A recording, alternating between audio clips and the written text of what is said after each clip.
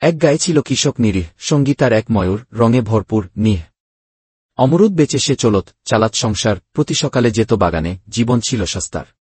একদিন হঠাৎ, হায়! বাগানে সে দেখে চমক, এক বিশাল অমরুদ, যেন স্বর্ণের ফোঁটা চকচক। কৃষকের চোখ বড় হয়ে যায়, মুখে হাসি, বলে, এইটা বেচে এবার চলবে বছর ভাসি। পোটলায় বাঁধে সেই ফল রাজা, ফিরে আসে ঘরে, মন যেন বাজে বাজা।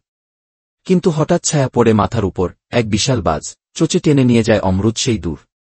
কৃষক চিৎকার করে, না, ওটা আমার স্বপ্ন ছিল। বাজ উড়ে চলে, যেন আকাশে হীরের কিল। তখনই ময়ূর ডাকে, ডানা মেলে ঝাঁপায়, বাজের সাথে আকাশে যুদ্ধ, যেন বজ্রপাত ছাপায়। ফুলে ওঠে মেঘ, গর্জে ওঠে গগন, ময়ূরের ঠোকরে বাজ হার মানে, হারায় সম্মান।